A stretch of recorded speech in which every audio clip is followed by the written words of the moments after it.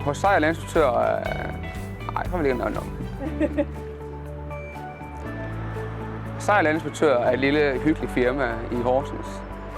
Og hyggeligt dermed sagt, at vi er et lille firma, der kommer hinanden nær, vi kommer hinanden ved, og det kan jeg faktisk godt lide.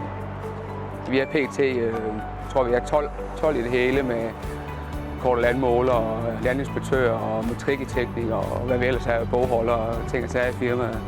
Så vi har en god snak, en god kemi i forhold til vores kunder.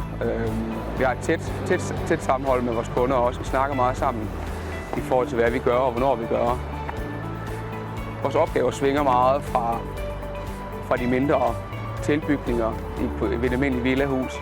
Altså ud at finde skældene, ud at måle ud, hvor stor kan den her tilbygning være, hvor tæt må vi komme på skæld, og til vi kommer ud til et nivellement på en kæmpe mark, hvor måske der skal være en masse rækkehus, vi skal have bygget, hvor meget jord skal de have kravet af. Det beregner vi også.